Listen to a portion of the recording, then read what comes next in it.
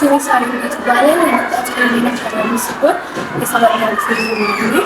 ዛሬ ከኔ ጋር አብረን የምንወያየው አንድ ስለ አንድ ሲሆን እሱም ጊዜን በአግባቡ መጠቀም ወይም ስለ ጊዜ አጠቃቀም ነው።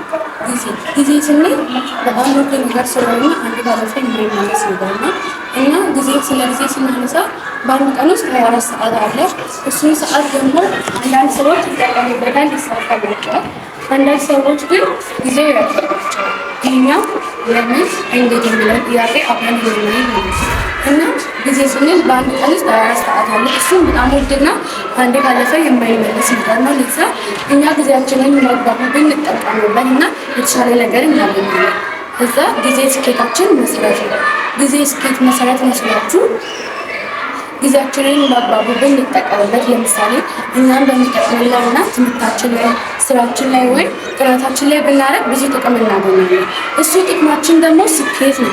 እሱ ደግሞ የስኬት መሰረት ስለሆነ ጊዜያችንን በአግባቡ መጠቀማችን የስኬታችን መሰረት ነው ማለት ነው። ለምሳሌ አንድ ታሪክ ልንገራችሁ። በአንድ ጊዜ 2 ጓደኛሞች ነበሩ። አንደኛው ጊዜውን በጣም ይጠቀማል፣ አንደኛው ግን ጊዜውን አይጠቀምም። ስላችሁ በጨዋታ ብቻ ነበር፣ በሚጠቅመው ነገር ላይ አያውልም። ግን ይሄኛው የሚጠቀመው ጊዜውን በሚጠቅመው ላይ ብቻ ስላደረገ ጊዜውን ስለሚጠቀምበት ስኬታማ ሆነ፣ የሚፈልገው ደረጃ ላይ ደረሰ። ይሄኛው ግን ከትምህርቱም ወደቀ፣ በጣም ተሰሰተ። ከዚህ ታሪክ እኛ ልንማር የሚገባን እኛ ጊዜያችንን በአግባቡ ብንጠቀምበት ብዙ ስኬት እናገኛለን፣ ብዙ ጥቅም እናገኛለን። ግን ጊዜያችንን በአግባቡ ካልተጠቀምን ልንጸጸት እንችላለን፣ በትምህርታችን ላይ ልንወድቅ እንችላለን። እኛ ጊዜያችንን ብንጠቀምበት ጥሩ ነገር ልናገኝ እንችላለን። ለምሳሌ በጣም ብዙ ጥቅሞች አሉት። ከጥቅሞቹ መሀል ለምሳሌ እቅዳችን ይሳካል፣ ቀናችን ይዛባ፣ ብዙ ስኬት ላይ እንደርሳለን፣ ብዙ ጥቅም እናገኛለን። በዛው ልክም እኛ ጊዜያችንን ካልተጠቀምን እኛ ላይ ለሚጠቅሙን ነገር ላይ ብቻ ጊዜያችንን ካላደረግን በጣም ብዙ ጉዳቶች አሉ። ለምሳሌ ብዙ ጉዳቶች አሉ ስላችሁ እቅዳችን ይበላሻል፣ የቀን መዛባት ሊመጣ ይችላል። እቅዳችን ይበላሻል ስላችሁ ዛሬ በዚህ ቀን ይሄን ነገር ሳያሉ ብለን እቅድ አውጥተን ግን እቅዱን አውጥተናል፣ ግን ተግባር ላይ አላዋልንም።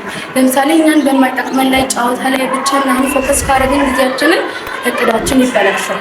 እሱ እቅድ ደግሞ ለሌላ ቀን እናሸጋግረዋለን። ዛሬ ካልሰራን እሱን እቅድ ለሌላ ቀን ስናሸጋግረው ደግሞ የቀን መዛባት ሊመጣብን ይችላል።